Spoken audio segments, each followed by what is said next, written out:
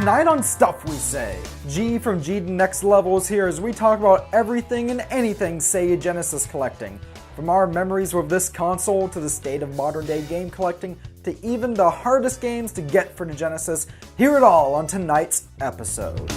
Ladies and gentlemen, welcome back to the Stuff We Say podcast. After a few month hiatus, stuff happened, big things happened, but that's alright because we are back today talking about Sega Genesis collection and collecting, I should say. And who better to bring along for an episode on Sega Genesis collecting than a man with a complete Genesis collection. Mr. G from G from G to the Next Level. Is that how I should say it? Hey, you got it right on the money, man. Hey there, how's it going? How's it going? So, welcome to the podcast, episode 2. Originally going to be 3, but the original episode 2, that was a story and a half. That one didn't survive. Oh, well, that's unfortunate. Yeah, audio issues. But we got it figured out. So the one thing that's catching my eye, and I'm glad we're both in HD because we're both on pretty terrible internet connections. Yes, Comcast, yes. No, it's okay. Okay, I feel you. Telus is horrible. But I've heard horror stories. You've seen me complaining about it on Twitter, I'm guessing. Oh, yeah. But I see that nice bright yellow Bubsy box just right next to your head right there. Yep, it sticks out. So it's one of the ones that definitely sticks out amongst all the red and the black, all the red and black, and many of the other ones. For sure. Yeah. So I guess diving right into it, no icebreakers or anything, whatever, we're friends here. You have a complete collection. So a complete U.S. collection. U.S. collection. Not a complete worldwide collection, but a complete U.S. collection, yes. How long did it take you to do that? Oh, man. Well, truth be told, I mean, I can't really say throughout my time I have sold very many Genesis games. So ever since, because we got the Genesis in 91. And so ever since then, we've kept pretty much every game that we've gotten since. And between my time when I worked at GameStop/FuncoLand and just collecting here and there, it wasn't like one period of time where I said, oh, I'm just going to go for a complete Genesis collection now and just buy everything up I possibly can. No, this was just like one point in time, like the collection started getting so big. And then once I started really getting into retro gaming, I was like, you know what? Let me go for the full set. And I know it's going to be hard and it's going to be a heartache, but it was totally worth it. Now, I will say there is a little tiny asterisk to my collection. I will say it is a complete collection in cart. Some of these are missing manuals. Some of them, in fact, I'll go ahead and throw myself under the bus for one. It's like some of these don't have the original boxes, like Crusader or Senti. I need the original box for this guy, and that's money. But But for the most part, yeah, how long did it really take me? Pretty close to like 25 years. 25 years? Yeah, because I just got the final game last year on Black Friday, no less. So, yeah. What game was it? I know you got from Retro Game Pro, which, by the way, fantastic store in Houston. One of my favorites. Wonderful, wonderful store. Dune 2, The Battle for Arrakis. That was the final game that he needed. Really? Is it a particularly rare one, or...? No, it was just one that... For some odd reason, it's Dune in the United States. It's Dune 2 everywhere else in the world. Right. But it's not one that's really rare or anything. It's just for the longest time, because I try to buy local. I only really try to buy online, like if it's something that I absolutely cannot get locally. It's just one that's always evaded me, and I've always found it like loose or it's in bad shape, but it just happened to be sitting behind the counter in that crazy morning. I was just like, is that for sale? It's like, yes, I want it. They cut me a good deal, and I bought it, and I was just on cloud 9. Amazing. They get the craziest things in there. Like, remember the last time I went there, someone traded a Steel Battalion set? Like, You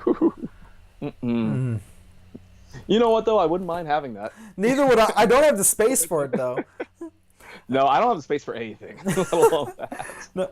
So, I guess going from there, because, moving from personal collection to just collecting as a whole, Genesis collecting has taken off in recent years, I definitely say, particularly with the resurgence of Sonic with Sonic Mania. Can't wait for Mania Plus.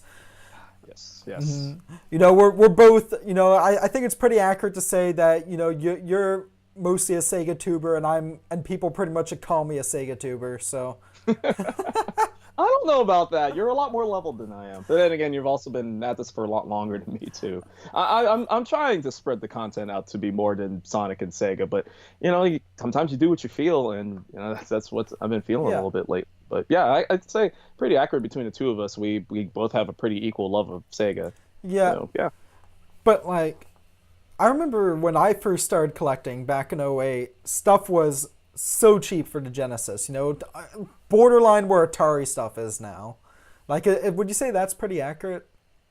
Because Atari stuff is kind of strange though. Because around here, it's pretty cheap. Like you can find them in discount bins and whatnot. But I can't really say that there was a time, or at least around here in Houston, or even in Missouri where I used to live in Kansas City, I don't remember seeing them being that cheap. I mean, they were cheap, but I don't remember them being that cheap. And then, as you said, things steadily started to rise, and now it's tough to even find complete Genesis games. Loose games, yeah, sure, but it's even hard to find complete Genesis games around locally now.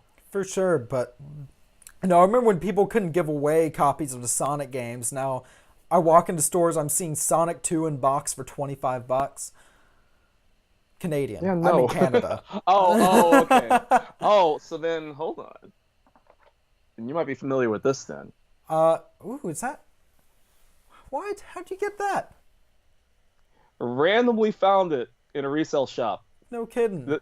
This is, correct me if I'm wrong. That's the Canadian Genesis variant, right? I think that's the Canadian. I think that version only came out in Canada. We always get the weirdest things here, though. Like, I saw that. I was like, wait a minute. There's something up about this, because I was like, it's a not for resale one. It's a Genesis cart, but it has the Mega Drive art. I bought it. I looked it up, and I was like, yeah, I think this is the Canadian version. Like, that's cool.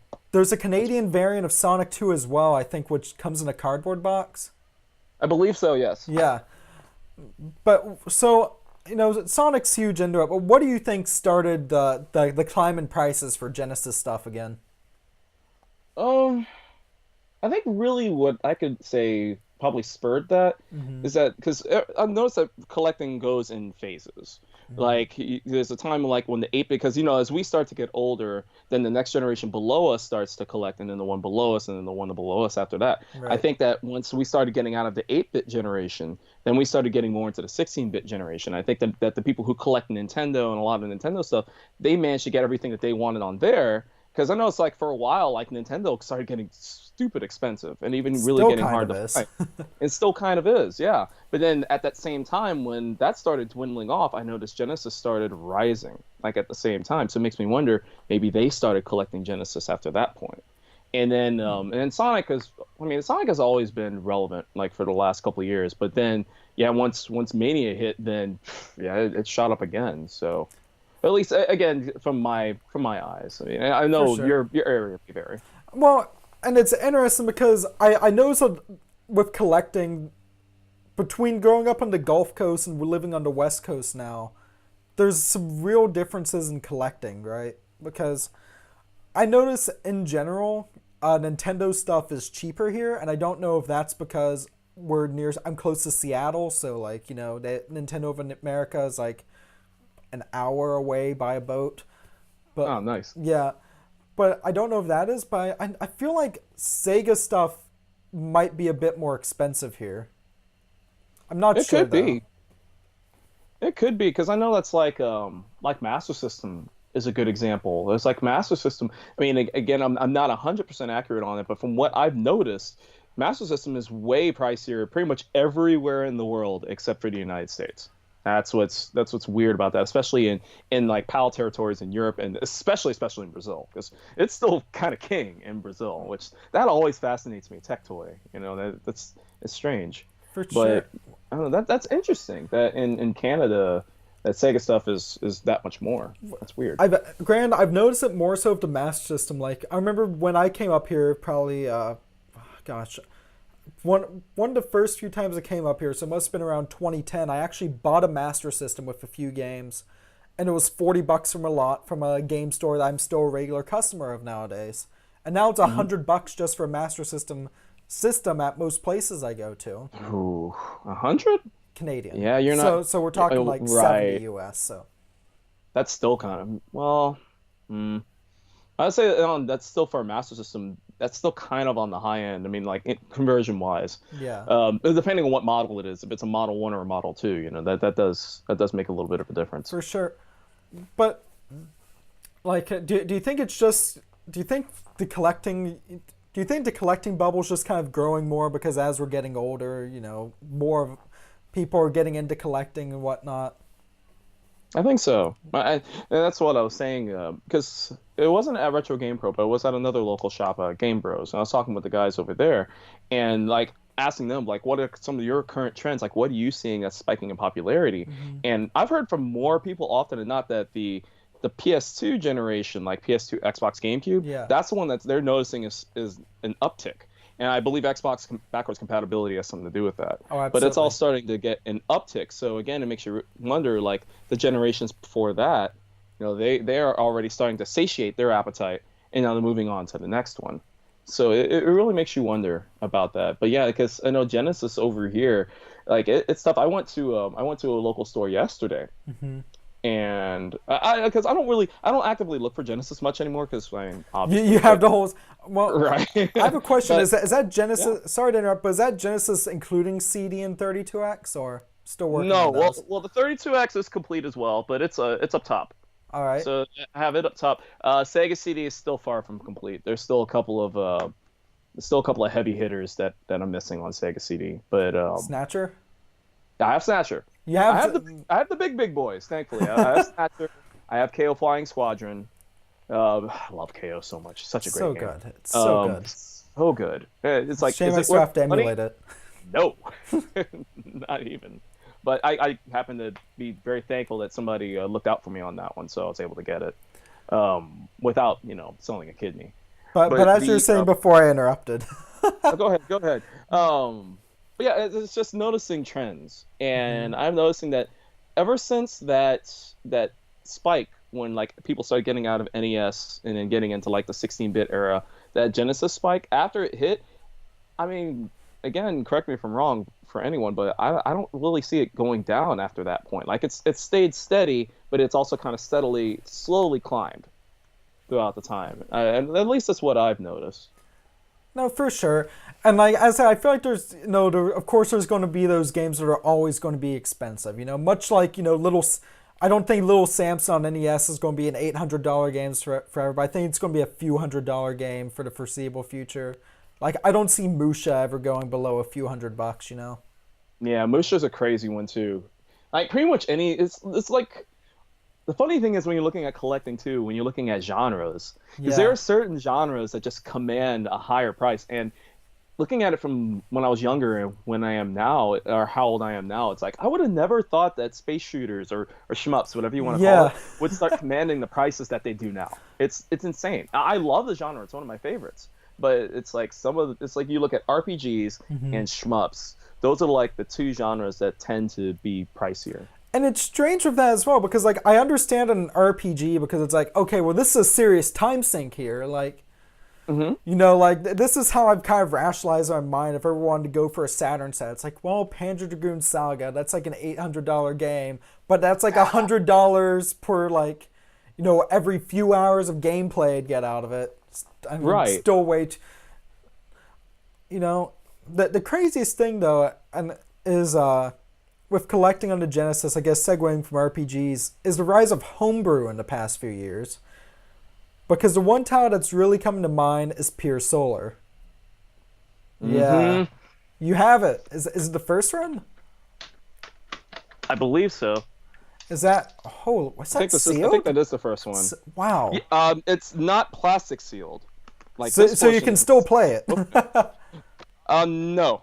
No? Whoops. Oh, well. Let's see, because that's still sealed. That's still sealed. Open fold and everything is like, this is open, which of course that's just the soundtrack. But I mean, because that's what's cool about that is that you play that, if you have the Sega CD, you play that along with the cartridge and you get the CD soundtrack while you're playing the cartridge. But I haven't brought myself to open it yet. I haven't. Granted, and it's like I don't know if I can. That's not the one that's retained its value though, and it's funny seeing that the game's been ported to pretty much everything at this point. Yep. Because I bought it digitally for PS4. Yeah. I got the Dreamcast one from my buddy Minimal Chill. Ooh. Like he hooked me up with that, and I completely forgot that it came out on Dreamcast. So he was selling some of his stuff. I was like, oh, okay, well, yeah, I'll take Pure Solar. Yeah, Pure Solar is awesome. Yeah. I finally did get a chance to play it on PS4. I'm like, that is one that's worthy of the hype. It's very good. How much is that going for nowadays? Like around the 120 mark, probably, first run? I couldn't tell you. I haven't looked up the price on it in a while. So, and then as you said, it's like, which printing is it? Because I believe there were three. I think it was three different printings of it.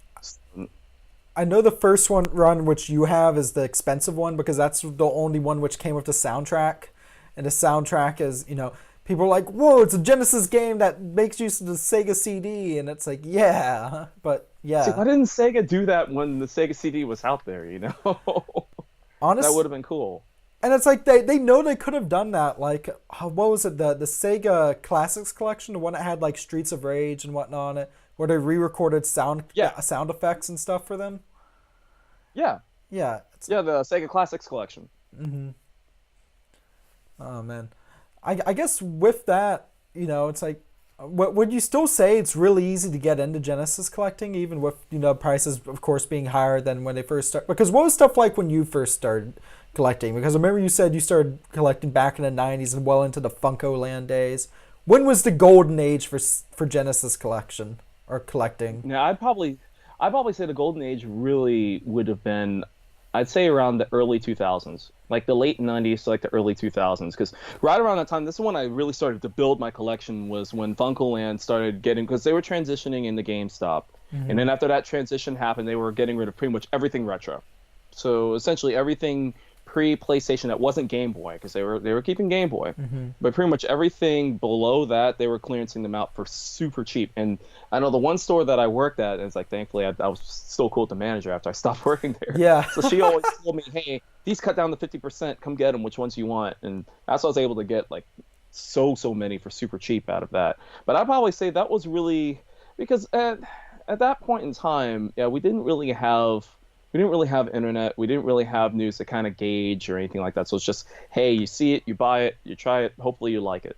So I'd always say that was really more of the golden age. And then maybe right around when YouTube and like AVGN and all the granddaddies that actually really started putting spotlights on these old school games. Yeah. That's when that started, because I wouldn't bet that right around that same time that Sega started going up again around that period, even if a lot of the videos weren't about Sega stuff. But sure. Yeah, I'd say the early 2000s is probably like right around there. That late 90s, early 2000s was like the sweet spot, you know? Yeah. Well, and like, it's weird to think of, you know, here the AVGN being described as like, you know, the granddaddy of gaming on the internet. But I guess he kind of is, isn't he? Kind of, sort of. I mean, he's never. I love his show, but he's never the end all be all. But I mean, when you think of the early days of YouTube and video gaming on YouTube, he was one of the first ones out there. And I know I got a chance to try out a lot of games I never would have thought I would have liked, like Die Hard on the NES, because of him. And it makes you wonder, when people were looking for those old retro games, were they also seeing, hey, you know, the Sega seems kind of cool, maybe I'll give that a shot too, and that started happening with there as well. No, for sure, and I'd agree with that, especially seeing as like, you know, with a lot of us, people, after a point, people stop just collect, or not all people, but a lot of people stopped collecting just the stuff from their childhood and went well into the stuff where it's like, oh, that looks cool. You know, that's why TurboGrafx stuff is now impossible to collect for. Yeah. And the TurboGrafx bug, man, that hit me last year hard. Oh, gosh. It did, because I was like, I loved it because I got the Retro Freak. And when I got the Retro Freak, because that was my first exposure into TurboGrafx. Yeah. And so I started playing more Turbo games out of that. And then my buddy sold me all of his Turbo stuff. And I was like, the system's awesome. But you're absolutely right. It's near impossible to find stuff locally for it. And then you go online, and a lot of times it's hard to find them online. No, for sure. And like, Genesis is so much easier. Like, with all my years of Turbo collecting, not counting Retropalooza Houston, only once did I ever find TurboGrafx stuff down there. And it was at a Games Plus of all places, shockingly. No, it was sorry. No, it was funny. I bought the entire lot with a system and a turbo tap and blazing lasers for $80 because they said since they've never had one in before, that I wouldn't be able to return it. And I was like, okay, well, you let me test it in the store and I'll take it. Right. There you go. Yeah. Good. Good. And Blazing Lasers is awesome. This was So like 4 you years got a ago, I great game should too. mention, by the way. So Still good. yeah, but the Genesis, the Genesis has so many great shmups though, like Thunder Force, the entire Thunder Force series. I love it. Well, Okay, so let me ask you a question. Yeah. Because this is something I don't know. Thunder Force 4 in Canada, was it still Thunder Force 4? Or did they change the name there too? I think it was still Thunder Force 4. I'm not sure. As said, but the big thing with games here is, for the most part, Lightning Force. This is what they changed Thunder Force 4 to in the US. It's called Lightning Force, excuse me. Maybe it was Lightning Not even Force. Lightning Force. I don't know. It was probably whatever it was called in the States, it was called up here, because pretty much everything that they got in the States came out up here. Just usually there was a bit of delay, because it's like, okay, we got to have the English manual, but then we got to have it in Francais as well. Right. Yeah. Right, the multi-language manual. But yeah, it's I was curious on that. But yeah, you're absolutely right. The Genesis, I mean, right next to, segueing in from TurboGrafx to Genesis, I mean, shmups. Yeah. The Genesis is one of the best systems for it. I definitely say between Thunder Force, Bush, Fire Shark, Truxton. There's so many great ones. Truxton's gone up. Truxton's gone up a lot, but that's also one that Truxton that's almost always had a price point on it. Like, it's never been a cheap game. That's true. Well, and I hate to be that guy. It's like, oh, YouTubers have driven up the price. But let's be honest, Mark from Classic Game Room, like, that's his favorite game. That probably helped a little bit. Oh, yeah. I mean, it's like people will say, and trust me, I'm sure you've gotten this. Yeah. That you've gotten people who throw shade at you for, it's like, especially with, I love this, and I mentioned this like one time when I was at the comedy theater when I was doing an interview with them. And it's like, well, a lot of times that when I say, hey, I'm a gaming YouTuber, and they're like, well, what do you talk about? It's like, you talk about current, you talk about retro. And I mentioned I talk about retro, the attitude tends to change. Yeah. Because then I realize, like, oh, this is your fault that this is a $100 game. I'm like, no, it's not. It's like, it's the people who have the desire to go play the games. Like, hey, we're sorry that we're expressing our love through our videos. Exactly. That it's causing you to go out and go buy the games, and then which causes the demand and the price to go up. It's just it happens. It's like no need to throw shade. Well, and like, I'm not sure if I can legally say this or not, but I'm going to go ahead and say this, and if Sega's lawyers come after me, whatever. But it's like, when I talk about a game in a video and I recommend it, like, I'm not saying, oh, go out and buy this. No, it's a 20-year-old game, unless it's the virtual console's not around anymore, pretty much. Like, right. For what I'm saying, play it. For all I care, you could go download a ROM of it. Right, exactly. I'm not gonna hate on it. you for that, Yeah. At least find some way to play it. Yeah. It's true. But yeah, Truxton is an odd one, because it is one that, because he mentioned this in pretty much almost every video for like the longest time. It's like, will it Truxton? And it became a meme for all eternity. It became like a minor meme for a while, but that alone gave it legendary status. It's a great game, though. I adore it. I adore it as a game. But for anybody who really likes Truxton, if I can make a quick recommendation, because this is from the same team, but I think it's a better game. Yeah. I don't know if you ever heard of this one, Fire Shark. I've never heard of that one. No, I haven't. Excellent. Same In my people? opinion, I like it. I like it more than Truxton. It's awesome. Really? Yes. A great game. Well, because Toplin made a lot of games for the Genesis, but that one, I remember I bought that one at a random pawn shop. Like, when was that? I was in college, and I bought it randomly from a pawn shop for $3. $3? And I didn't know what it was. I was like, well, hey, it's a shooter, so yeah, I like shooters. I took it home. I was like, this game is freaking awesome. Oh, that sounds and it good. is. It's great. It's great. If you can find it, grab it. Totally. It's funny, though, because we were talking about RPGs as well, and on the other end of the spectrum, I feel like that's the one genre where the Genesis lacked a bit. Yeah, I agree. Because there's tons of great shmups, tons of great platformers. I'm sure we'll get into that in a bit. But RPGs, like, what comes to mind? We talked about Pure Solar, and I guess there's the Phantasy Star games, and oh yeah, there's really not too much else. There's not much else. I mean, you've got the Phantasy Star series, you've got the Shining series, Shining in the Darkness, Shining Force. Mm-hmm. So you've got those. You've got Warsong, which is known as Durland Grisser in Japan. That's a really good game. Sorcerer's Kingdom, that's another one that's actually pretty good. without cheating, without looking behind me, I honestly can't think of too much more. I mean, you have for the cheat sheet RPGs. there, right? Yeah, exactly. It's like the ultimate cheat sheet. But it's like I can't really think of. I mean, I guess you can. Well, no, I guess that's more of a strategy game. I was gonna say Pirates Gold, but that's more of a strategy game. Yeah, there's not. Yeah, truth be told, there really aren't that many RPGs on the Genesis. There's not. No. I mean, don't get me wrong, I love Phantasy Star, or at least I love 2 and 4, you know? Yeah. See, how did I know you were gonna say that? Three's not great. 3's something But I feel 2 like and 4 are awesome. if people enjoy the series, I feel like people should at least try it. It's the cheapest of them currently. Oh yeah, Yeah. absolutely. It's like, yeah, it's worth a shot. You might really like it. I personally didn't care for it. That's like a lot of people don't like the Shining in the Darkness series. I personally love the Shining in the Darkness games. Yeah. But I think a lot of that came from most people's first Shining game being Shining Force. Right. So when they go back and they play Shining in the Darkness or Shining the Holy Ark for Saturn, it's like, it's a dungeon crawler. Yeah, but it's a really, really good dungeon crawler. Very good. So it's a shame that after that they never really went back with it. And now the Shining name, like Lord only knows what Sega's doing with the Shining name now. So Sega needs to bring some of these back. they do. I mean, the Shining Resonance, that's coming out, I think, in a couple of weeks. That's coming out in a couple of weeks, but I'm afraid. And I'm gonna buy it. I'm gonna try it, but I'm a little afraid because I'm just like, it's more of an action, like a Tales of kind of action RPG. So Ooh. it might be good. I'm interested. What platforms? PS4 and Xbox One, Okay. I believe. You might have to get that. I think it's wait, isn't it coming out for the Switch too? I'm not sure if it's coming out for the Switch. I know it's coming out for PS4 and Xbox One for sure, but I don't know about the Switch. I'm fine with these older Sega series getting new love, especially since Wonder Boy was good. I liked what happened with Wonder Boy. So it's like, okay, I kind of want to do the same thing. It's like, okay, if they can bring back Wonder Boy, if we can, get a new Shining game, if we can get a half decent Bubsy game,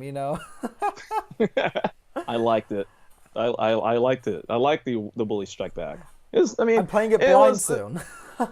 It's like, it is what it is. That's really the best thing I could say about it. It's not going to blow you away, but it's good. It fully exceeded my expectations. I will say that. Are you implying you had expectations? Sort of. I did have expectations. I mean, I had expectations that would at least be passable. Considering it's from the same guys that did the Gianna Sisters, I was like, okay, so that means that this is at least going to be decent. And I played it when I did Extra Life. I played it for a couple of hours, and I was like, it's good. It's good. It's short.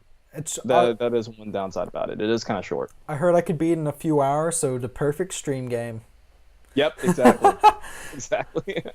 And I guess with this, we should segue into platformers, because that's what defined the Genesis for me. Oh, yeah, there's a lot of excellent platformers on the Genesis. And some other random ones, because it's like, of course, Sonic. But then, like, you go outside of Sonic, then you got Rocket Knight, you got Socket, you got High Seas Havoc, Vector Man. There's a lot of great ones out there. Like what are some of your favorites that aside from Sonic? Like, what are some of your favorite platformers? My absolute favorite Genesis platformer that's not Sonic is Ristar. Absolutely Ristar. Yes. Ristar or Ristar? Right, Ristar? Is it Ristar or is it Ristar? It's like, I mean, Ristar would make sense because he's extending his wrists out to get them. I guess we should explain. I'm going to pronounce it Ristar. I like how that sounds better. But it's like, it's technically running on the Sonic engine, like for everyone listening. And it's this game where you play as this anthropomorphic shooting star, and you go around kind of more at a Mario pace, and your only method of attacking is literally grabbing onto everything and headbutting it. Yep. And you pretty much feel your way through the world.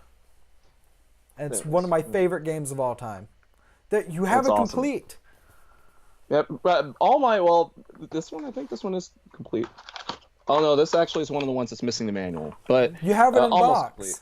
I do have it in box, but because Ristar is awesome. I fully agree. It's one of the most gorgeous games on the system. Mm-hmm. That's one thing I will say. The graphics are beautiful. The music's excellent. It's such a shame that he was a one and done. Like that was it. I mean, I guess if you want to count the Game Gear game, sure. Yeah. But it's a shame. And then really the only other thing that we saw from Ristar or whatever, the only thing that we ever saw from him was his cameo in Sonic and All-Stars Transformed. You heard that? And it's like, that's about it. You heard they were considering doing a sequel, right? With multiple playable stars? Yeah. Yeah, I heard about that. And it's like, there's a lot of those other plans that were in the works at Sega during that tumultuous mid '90s period where Yeah. What what would you say, like 94 to 97? 95. 95 to I 97? think that was the pivotal period where things really started going off the rails. And it's just that pretty much with Sega, because I've seen so many different like perspectives on like Sega in the mid '90s, but I think from what my kind of gathering on it is that there was just too much infighting. Sega Japan really wanted their franchises to work globally, and they didn't really care for the franchises that worked in America, except for Sonic, because Sonic made too much money. So, but for everything else, it's like so no Streets of Rage, no Ristar, no Golden Axe. Pretty much all the ones that did better in the United States, they Yeah. pretty much axed after a while. It's because it's like, for example, I think one of Sega's greatest errors in the 32-bit generation was not porting Golden Axe, The Revenge of Death Adder. Oh, absolutely. And I wonder why. Why did we got the we got the crappy fighting game? We didn't get Revenge of Death Adder. I was like, come on now. It's decisions like that kind of did them in, and then they rushed the Saturn out too soon. Sony just mopped the floor with them, and it was just sad. So a lot of those other franchises just died after that. Some came back on the Dreamcast, like Phantasy Star. Yeah, just in Phantasy Star way. Online, Yeah, which don't get me wrong, I love Phantasy Star Online, but it's not. It's I not understand. Phantasy It's not Star proper. It's not. It's not. I mean, it's a great game for what it is, but it really isn't. So with that, I got to ask, getting back into it, I guess we should go over the various Genesis models if we're talking about collecting as a whole. We had the Model 1, which I think is the best looking of them. Like Absolutely. With that weird, I remember the first time I saw it, because when the first time I played a Genesis, first console, I'd only ever played with the Model 2s, right? Mm-hmm. So the first time I saw it, I was like, oh, is it like some sort of CD player thing with that bulb on the top? Like what do you think of the Model 1? I love the Model 1 because the thing about the Model 1 is that it's pretty much the right kind of size for a console at that time. Just the mixture of the deep burgundy red and the black. It's circular. It's got sexy curved edges. As the ridges like basically on the side. You got the volume control. You like your consoles I mean, what with console curves? had a head from that? I said, you like your consoles with curves? Real consoles have curves. Real consoles have curves.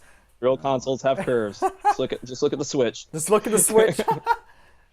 But and then of course where it says the big 16-bit for right on the front, and then high definition graphics. Just everything was just right in your face, and it was loud, it was boisterous, and I loved it. It is my favorite iteration. Like out of the Sega model, Genesis models or Mega Drive, whatever, it is definitely my favorite. And then from there was the Model 2, which I guess all it has going for it is not only it's the most common, but it's still the one I on occasion see for like $10 at thrift stores. Oh yeah, it's the cheapest one out of all of them by far because it's the most common. Yeah, it was the one that Sega mass produced when the Genesis really started gaining in popularity. And the only problem with the Model 2 that I've noticed, throughout my time, I've had 4 of them.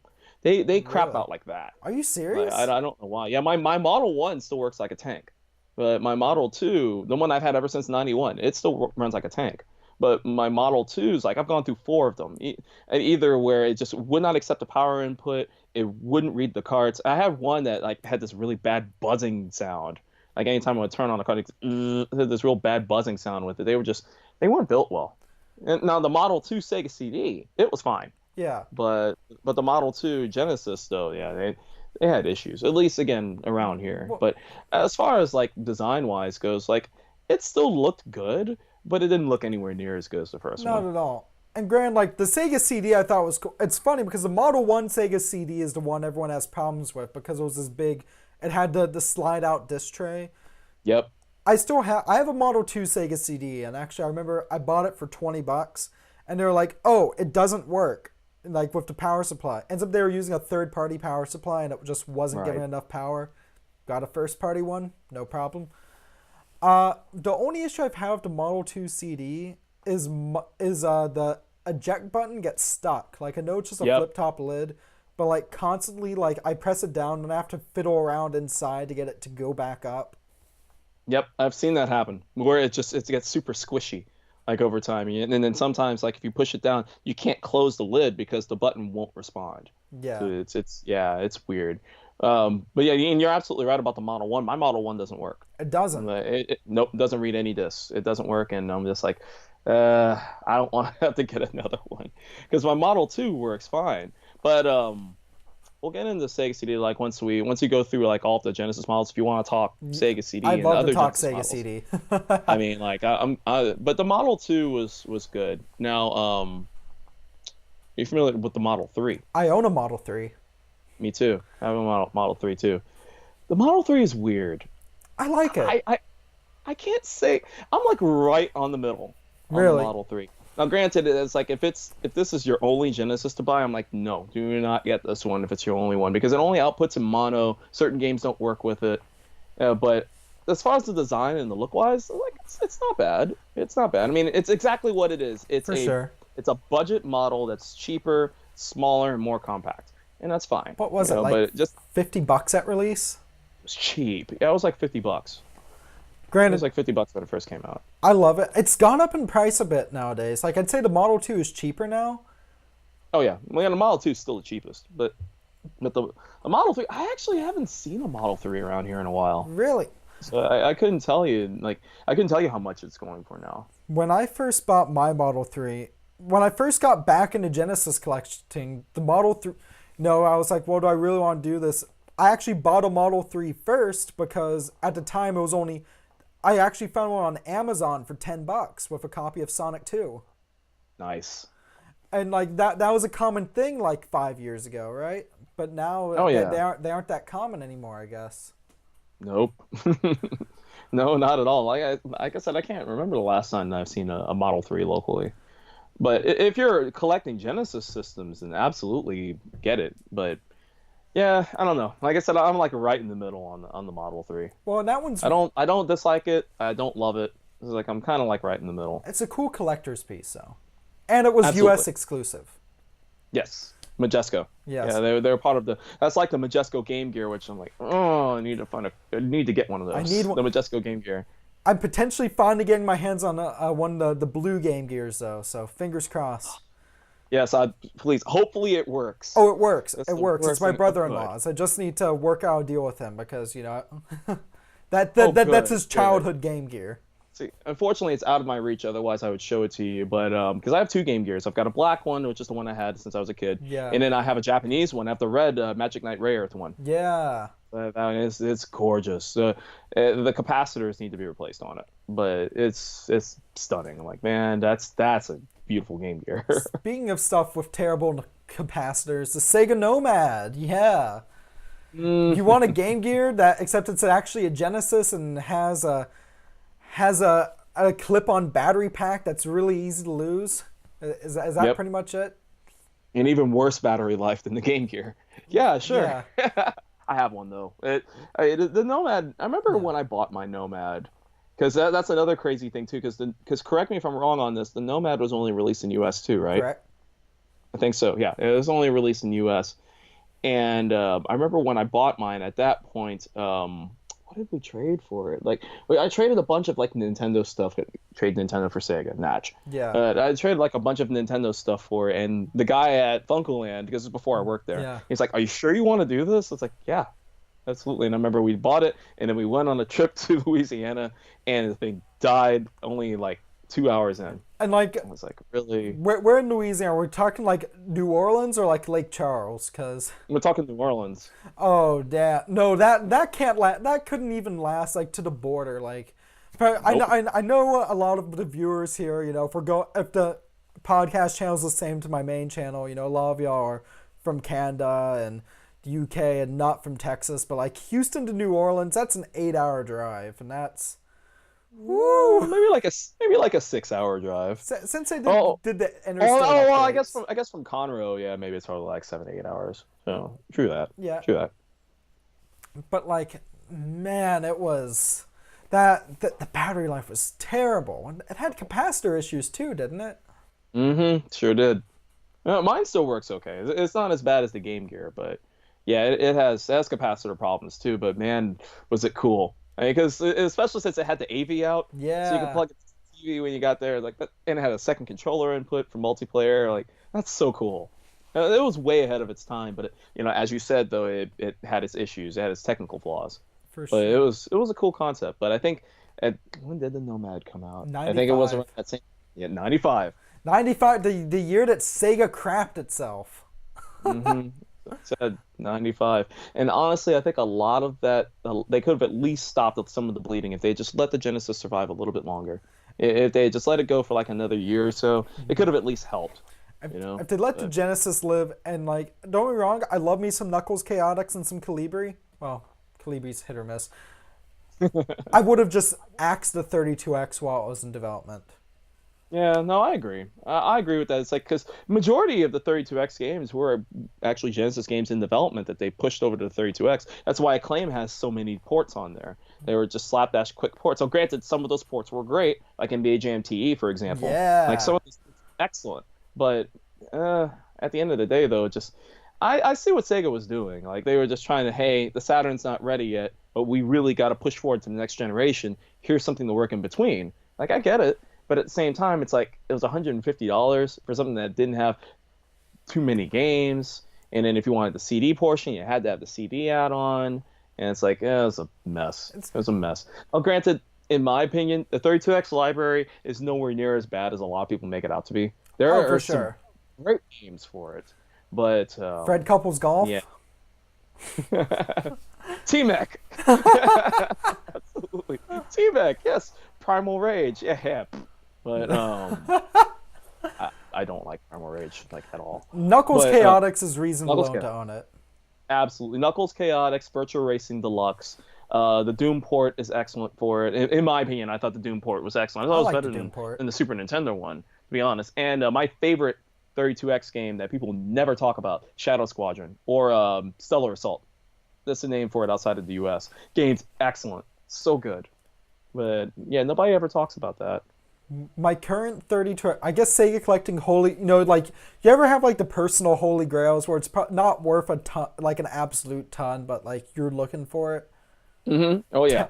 Tempo and 32X. Tempo. Tempo.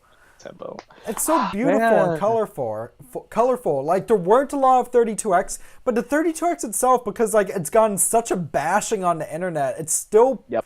It hasn't gone up to, like, I'll be honest, if like anyone listening or watching is a Sega collector, get a 32X for your Genesis.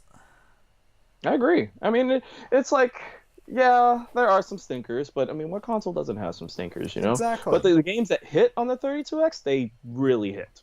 That's one thing I will say about that. However, the ones that stink, and unfortunately one of the biggest stinkers is one of the most expensive games for the system. Spider-Man. Yeah. Spider-Man. You have it right there. Oh my gosh. The most expensive and debatably worst game for the 32X. Now, it's not. I don't think it's the worst game. You don't think but it's pretty close. It's pretty... Well, I don't know. Maybe I'm being a little bit too harsh on it. Because to me, it's like... Here's kind of a thing to note about me, is that if you're a good game, you're memorable. If you're a bad game, even if it's a bad game, you're memorable. To me, one of the worst things you could be is a forgettable game. And Web of Fire is a forgettable game. Oh. I mean, and it was just such a shame because it's from the same guys that did Jurassic Park and Vector Man. And it was from Blue Sky. So they know better than this. But I think it was because what was it? Yep, 95. It's because it was in those 2 years of 95, they had to rush this game out. And womp womp. You know? There's some interesting things around that era, though. Like, Virtual Racing Deluxe on 32X is great. Great. But what's fascinating is the Genesis port of Virtual Racing. With the funky-looking cartridge. Another dirt cheap game. Dirt cheap. Like a $5 game still. But like, it is. The only game to use Sega's equivalent to the Super Effects chip. And it's such a big behemoth. Like, look, it's giant cart. Massive cartridge. Like twice the height of your regular Genesis cartridge. But it's a good port. It is. I think for what it's worth and what they did, it's admirable. You know, it's pretty admirable that Sega really tried. Now, granted, I've only played the arcade Virtual Racing once. It was in Florida. I actually got to play the arcade game finally. But for what it's worth, I think they did a good job. I mean, to me, it's like, I honestly think it was better than the Saturn version. The Genesis version or the 32X version? Both of them. I think both of them were better than the Saturn one. Now, one that shocked me how good it was the PS2 Sega Ages one. Yes, I That love shocked me that how version. good that is. So good. But yeah, the Genesis one though, I think again for what they did and for what they tried, I think it was a good shot. The only problem is that I think for a game that was that kind of limited, that came out so late in the life of the Genesis, it was $100 when it came out. It was a hard sell. It was a real hard sell, especially when you got Star Fox on the Super NES at $60 that has a lot more game to it. For sure. And that's kind of sad, though. Like, you know, you hear of these games, you see so many stinkers from back in the day that are so expensive now. And then you have a game that was actually expensive and technically impressive back then, and now it's one of the cheapest games you can possibly buy for the system. You know, when you're talking about that, one game I could definitely recommend that fits that description on the Genesis is this one, Subterranea. I don't know if you've ever heard about this game. I This haven't game's heard of great. that one. Well, It's great. So essentially, it's like an underground. It's hard to explain because you have to basically maintain your fuel and maintain your weapons while you rescue all of the people that are in a subterranean capture, and you fight bosses, you fight bugs. It's because it's the build. It's not just like a go and shoot everything up. You have to manage your fuel. You have to make sure you get the hostages there safely. The graphics and the music. The music is awesome. That is one thing we'll say about this game. Is just another one that was just ahead of its time. That's like. It will blow you away by the way it looks, but then it's like you expect that this is a game that would have risen in value over the years, but it hasn't. This game's dirt cheap. Like it is, I think it's like complete. It's like 15 or $20. It's so cheap, but worth it. You know, totally worth it. And the good thing about it, too, is like the really common, or not common, but like the well-known Genesis games that have gone up in price for the most part, you can get on compilations now. Yep. Like either the Sonic's Ultimate Genesis collection on PS3, a must-own for anyone who has a 360 or PS3. Yeah, absolutely. Or and then you got the new Classics collection that's coming out later this month. That's this month. Wait, what? Yeah, May 29th. Or at least in America. I don't know about Canada. Oh, no, it's the same in Canada. Yeah, okay, May 29th. Yep, it comes out. That's why I asked on Twitter today, because I'll let you know I'm working on a video for it. Yeah. But I was wondering, like, what Genesis or Mega Drive games that Sega didn't put on the Classics collection, like, do you think Sega published? Because that's one thing to note, because I know a lot of people are going to be like, oh, what about Castlevania Bloodlines or Street Fighter 2 or all that? There's one thing to know about Sega and their compilations, it's Sega only. They only put Sega published games on their compilations. Which is crazy because I guess they made amends with Treasure. Yeah. And that's why we're getting Alien Soldier, Light Crusader, Gunstar Heroes. Granted, no McDonald's Treasure and Leisure. Adventure, unfortunately. Well, granted, but that has the McDonald's licensing. Yeah, so they're not going to get that. Granted, Treasure, I mean, that's in the name. My favorite Genesis developer. Absolute favorite. Gunstar Heroes is great. And so is the Game Boy Advance sequel, Gunstar Superheroes. Fantastic games. Agreed. Yeah, like... Agreed. Totally. Gunstar Heroes is my... I'll be honest, as much of a Sonic fan as I am, my two favorite Genesis games are Gunstar Heroes and Streets of Rage 2. See, Streets of Rage 2 is my top. Yeah, I'd say Streets of Rage 2. If I had to... See, the number 3 would be hard. Because my top 2 would be Streets of Rage 2, Sonic 3, and Knuckles. Those would be my number 2. Actually, no, never mind. Thunder Force 4. Yeah. Number 3 for me is 3 and Knuckles. Oh, okay. Yeah. Gotcha. I mean, if we're counting we can count Sega CD games, Sonic CD tops all 3 of those, but... Oh, okay. See, it's a funny thing. I like Sonic CD, but I don't love Sonic CD. It's like something about, and I discussed this with Tyler, you know, I retro game, and I was like, there's something about Sonic CD that just feels off to me, and I think Sonic Time Twisted fixed a lot of this. Yeah. And when you're transferring between the past, the present, and the future, there's certain portions of the stage that just feel disjointed, like there's random blocks everywhere that just stop your way. So, because, you know, in Sonic, you got to keep moving. The whole thing is about pace and momentum. For sure. But then when you get a random block that drops in your path, when, you know, you flip the switch and you go to the future, and then that block is down, how are you supposed to know that? It's strange. You know, and I was like, it's good, and the soundtrack is awesome. The bosses are awesome. Both the soundtracks. I'll give it that. Both of the soundtracks, absolutely. Yeah, North American and European are great. They're both great, but I don't know. Like I said, something about it just doesn't. For a Sonic game, it doesn't feel as Sonic. I guess that's probably the best way I could say it. It doesn't quite feel as Sonic as the other ones. But okay, am I fair to say that I feel like Mania is the best of the Sonic games so far, though? I like it more than the classics, I think. I like it more than CD even. And I own 7 different versions of Sonic CD. By the way, I own 7 different versions of Sonic CD. I do not have a problem. Dude, I actually counted it. I know it's more than 10. I have more than 10 Oh, no. iterations of Streets of Rage 2, at No least. kidding. I have that on pretty much everything. The only system I do not have Streets of Rage 2 on is Master System. Like that's it. Everywhere else, if I could get it, I've got it on PC, got it on PS3, got it on Xbox 360 now, gonna have it again on PS4. Pretty much everywhere. I love Streets of Rage 2. It is one of my favorite games of all time, period. But And it's so sad that beat 'em ups are a lost art nowadays. The beat 'em up genre, you know, I'm not knocking wood. Knock on wood. Okay, damn it, I walked into that one. But like, Wood's channel is great, but I'm talking about the beat 'em up genre. Right, but you want to know what though? I think it's time for a renaissance for it. It is. I know it's like Double Dragon Neon was one that I think Double Dragon Neon, Castle Crashers, and Scott Pilgrim versus the World. Yes. Once all of those came around, they all started. The beat 'em up genre really started to kick off, and I think isn't there a new one that's kind of like that? I think I can't remember what it's called. I think it's called the Adventure Pals or something like that. Like a lot more of the indie games, and Paprium. We were talking about homebrew games earlier because that's a beat 'em up. So it's like I think it might be getting a renaissance or maybe which I'm down for that. Yeah. Dragon's Crown. Dragon's Crown's another example too, which that's getting a remake. I think next week. Oh, I can't wait for that. Oh, yeah. I put so many hours into Dragon's Crown. Not even funny. The funny thing about Streets of Rage though is like it's such a defining series.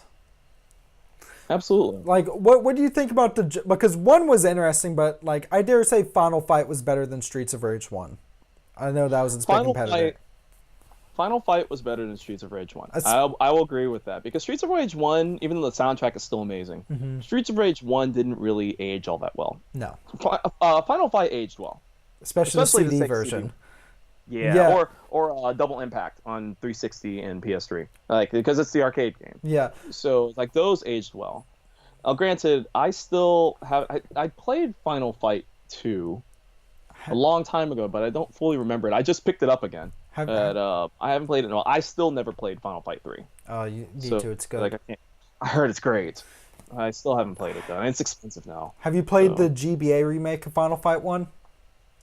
Oh, Final Fight 1. Final Fight 1. Yeah, I love that one, especially since if you have 2 copies, you can do 2-player over link cable. Yep, the Game Boy Advance is awesome. I love it. It is my favorite Nintendo portable. Same. Definitely. Absolutely same. But yeah, between Final Fight and Streets of Rage, I think Final Fight 1 definitely is better than Streets of Rage 1. I'd say so. Streets of Rage has the better character, the better look, and the better soundtrack. But to me, the gameplay goes to Final Fight. But what about Streets of Rage 2? Like the best beat 'em up, like period for me. Nothing. A game so good, I had to buy the soundtrack from data discs. I need that, and I want the actual physical CD too. Yeah. Excuse me. Yeah, Streets of Rage 2 though, that is one of the closest things I could say to a near perfect game. I mean, I can't really. It's like you want to tell me or talk about anything that's bad with that game. It's hard. It's really hard. It's really hard. Like I can't really think of too many things to say bad about Streets of Rage 2. I mean, even in its higher difficulty, it never feels unfair. No, and with friends, and my favorite is like, you have like the friendly fire when you're playing with your friends, so it's like you can beat the crap out of them as well. Like there's some fun in that too, Yeah, but the cool thing about the Streets of Rage games is that if you do beat them, it only takes like a little tiny sliver of their health. It's not like Battletoads where like if you accidentally hit them, you could kill them in an instant. Like it's not like that. So that's the cool thing is like it might happen and it will happen. Yeah. But it doesn't really hurt that badly. It's just like, oh, sorry, and just move on. The one thing unless you hit them with a special, then that kind of hurts. No, for sure. The only bad thing I could potentially say is Max is by far the easy mode, but also like meh. It needs that type of person. Yeah, you need the tank because that's one thing. Streets of Rage 1 didn't have a tank character. No. So I got him, and then in Rage 3 we had Zan, but he wasn't as good. He wasn't as cool. I'll be honest. I don't like Streets of Rage 3, but just because of the soundtrack.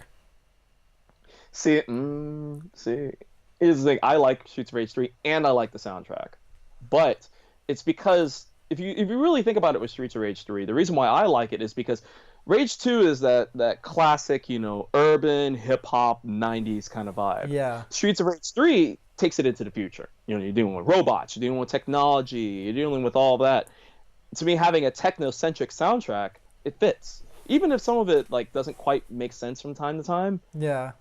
Something about it, like I can't really, except for maybe the stages in the ninja stage, like that level, the music in that level is only so. But most of the other stages, like I actually really like the soundtrack for 3. But again, it's because I think it fits the atmosphere. For sure. Though granted, have you played Streets of Rage Remake?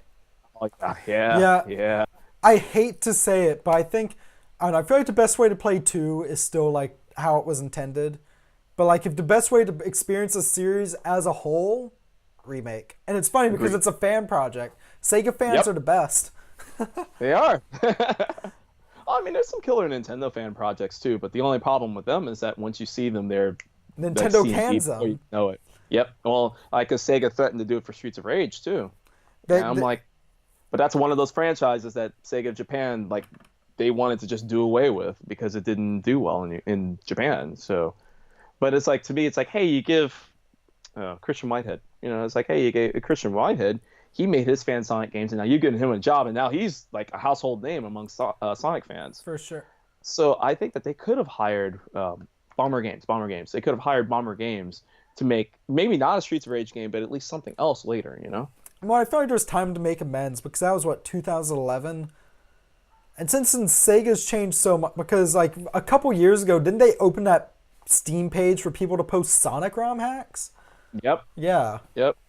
I think they are a lot more open now than they were back then. Mm-hmm. So no, I agree. And it's like, here's the thing: it's like at the end of the day, you're a business, and as a business, you're here to do what? To make money. If the fans are saying, "Hey, we want a new game of this," I don't see what the problem is. As long as with a reasonable budget and a reasonable time, as long as the demand is there, I don't see why you wouldn't do it. Even if it's like, "Hey, you're gonna make all this money, but you're only gonna make it over here. You're not gonna make it in your home country. Who cares?" Yeah. It's like just appease the fans. Let them love you back for it. Gain good eye in the media, and you got a brand new game. I don't see what the problem is with that. But I'm not Sega. I guess moving back now, going back into hardware because we're talking about re-release and stuff. Yeah, way off topic. I'm sorry. But now I think it's a good time to go into the bad part of Sega hardware. And by that I'm talking about AtGames. AtGames. I hate them. But you have a soft spot for the newest console. Okay. I had a soft spot for the newest console. I'm not gonna give too much away because I've got a video coming for it. But let's just say the honeymoon ended quicker than I thought it was going to. The further I got, I'll get to that later. But because the further I dug into it, it's like peeling an onion. It's like the more layers I peeled off of it, the stinkier it got. And I'm like, but at the same time, it's not the worst thing ever. There are some positive things about it. But it's like at the same time though, why? It's like this could have been so good. But it's like it went from being something awesome to being a turd. Yeah. Now the standard definitions ones, they're still turds. By all means, they're still awful. It's not even worth the time. But the HD one, I think with just a few tweaks, it could have been great. And that's so sad because now they're doing that new one. They're still doing it with AtGames. It's like you've seen them getting horrible reviews. Do you want to keep this up, Sega? I think there has to be some sort of legal contract involved with them. I think there has to be. Because I don't think that knowing them and knowing all the negative press that they actually got with them, and especially since Sega is taking the Mega Drive Mini and they're saying, hey, we're publishing this ourselves, but AtGames is still developing it. I'm like, why would you do that unless there's some sort of like, hey, maybe they said they're going to make third-party Sega hardware for X amount of time, like 2020 or something. Who knows? Maybe. That might be the reason behind it. I wonder if it's possible to find something on this. Just watch it be something ridiculous, though. Like, this is the only way we can release such and such game legally or whatever. It could be. Well, then again, there's the whole Sonic 3 Jackson Gate. Jackson Gate. Jackson Gate 2018. Jackson Gate 2018. The return of the Michael Jackson Sonic 3. For those who don't know, Michael Jackson did this part of the soundtrack for Sonic 3, and that's why Sonic 3 has arguably the best soundtrack in the Sonic series. Mm-hmm. Oh, the cartridge games at least. Yeah. But Yeah, and then it's like he went uncredited, and then he didn't. I mean, correct me if I'm wrong on this, but after the game was near close to completion, he didn't like the way that his contributions sounded coming out of the Genesis hardware. So he was like, "Okay, you could still use it, but just don't put my name on it." At least I think that's what happened. I've heard two stories. One was that, the other was that was when the first bit of the child molestation scandal came out. And so Sega was like, "Hey, we want to distance ourselves from you." Yeah. Both seem equally likely because I know Jackson was a perfectionist when it came to music, but I also know Sega, even though they were definitely more, they were more willing to push more, edgy things in Nintendo, they still wanted to be relatively family friendly. Right, right. We're talking about, family friendly as, your typical Nickelodeon show compared to a Disney Channel show. But going back to that original theory, though, if you think about it, that doesn't quite add up because with Michael Jackson Moonwalker, if he was okay with how his music sounded, which was his full music, if he was okay with how that sounded on the Genesis, and heck, even on the Master System, if he was okay with how well that sounded, why would he have a problem with the Sonic 3 sound? That's what I'm wondering. But who knows? And the sad thing Jackson is... Gate 2018. Jackson Gate... The saddest thing about this is, he's been dead for nearly a decade now, so I think we're never going to actually fully know. Probably not. It's probably going to be one of gaming's unsolved mysteries for eternity until we get some concrete evidence somewhere. But I doubt it. I doubt it. The one thing that I don't get, though, about the AtGames consoles, going back to that, because if you really want Sonic 3 to sound bad, you play it through one of those. The sound emulation is so bad. So bad. So bad. So that's real quick on going back to the HD one. I will say, for the most part, the sound emulation is better. It's better? It's better. You'll see it in the video, but it's better. It's not perfect, but it is. There are some games that don't sound great, but for the most part, it sounds better. Like when I was playing Sonic and I heard the music in Sonic, it sounded fine. I didn't have any real issues with it. I had other issues, but I didn't have any issues with the sound on it. But that's like the Flashback HD, though. If there's one thing I will give it, though, it is beautiful. Like the hardware itself. Yeah. Here, hold on. Let me see if I can grab it real quick. Yeah, I can grab it. Cool. It's like I can grab it. Yeah, because the hardware itself, I'm not, aside from them putting the AtGames logo on it. Yeah. I have nothing against the way that this looks. It just looks like gorgeous. a smaller Genesis. Exactly. It is absolutely gorgeous. But at the same time, though, it's like, how good does it look if it doesn't play right? And I'm glad I know that because it costs $120 in Canada. Oh, no. No. No, legit, they're trying to sell for $120 at EB Games. I don't get it. Why? Like it was only what, 60 in the States? 80. Oh, that's still too Initially much. it was 80. I got mine for 60, but initially it was 80. But it's funny because if you look in Brazil, not only do they still have Master Systems, but they did their own HD Genesis last year, which is supposed to be phenomenal. Well, it wasn't HD. It still only had composite out. Oh. But the thing is that I've heard beyond the composite out, it's awesome. And I'm like, why not just have Tectoy make it? Import from Brazil. I don't get that. Yeah, but I think there's some costs. I'm trying to remember. Are you familiar with Kim Justice, YouTuber Kim Justice? I think her videos are amazing. One of my favorite YouTubers. They are. She did a video about Tectoy, and I think that basically broke down one of the reasons why is because of importing and shipping fees are just too much. Maybe that's one of the reasons why they're not having, and then why that version of the Mega Drive didn't go outside of Brazil. Like it could be. I think what ended up is the reason Sega has such a presence there is Sega never actually released a console technically there. They had Tectoy manufacture them themselves within Brazil. So Sega was just licensing the Genesis / Mega Drive / Master System names to Tectoy. Right. And then Tectoy was manufacturing pretty much everything except licensing was Tectoy. Right. And just going in, Tectoy is so fascinating. Mm-hmm. Not to go off topic, I'm sorry, but no, it's like, but we can go down this rabbit hole. Okay, not too much though. Yeah, because we'll be here all night. But Tectoy though is really fascinating, especially like when you look at the games that they specifically made and published in Brazil only. It's really awesome, especially like is this one really? That one really. What's that? That's Duke Nukem 3D. What? Yep. Officially What? licensed. It's impressive. It's actually very impressive. It's not great. I mean, it's one of those things that's like they did what they could to make this game run. No SVP chip, nothing like that. Yeah. And it's weird is that the game runs better. Have you ever played Zero Tolerance? Yes, I've played Zero Tolerance. Yeah.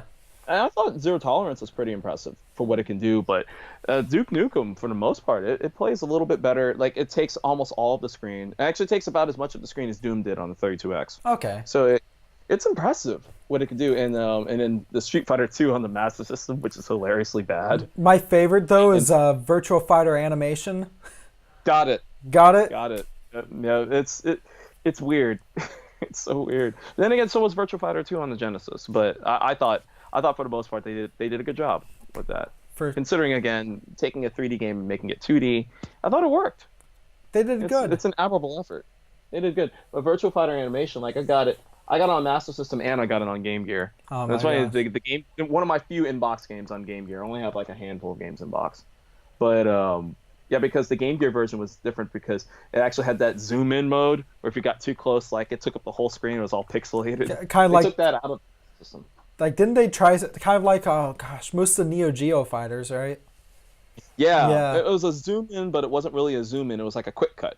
It's like once it realized that you were close enough, they would take up almost the entire screen, and then if they were further enough, it would just click back.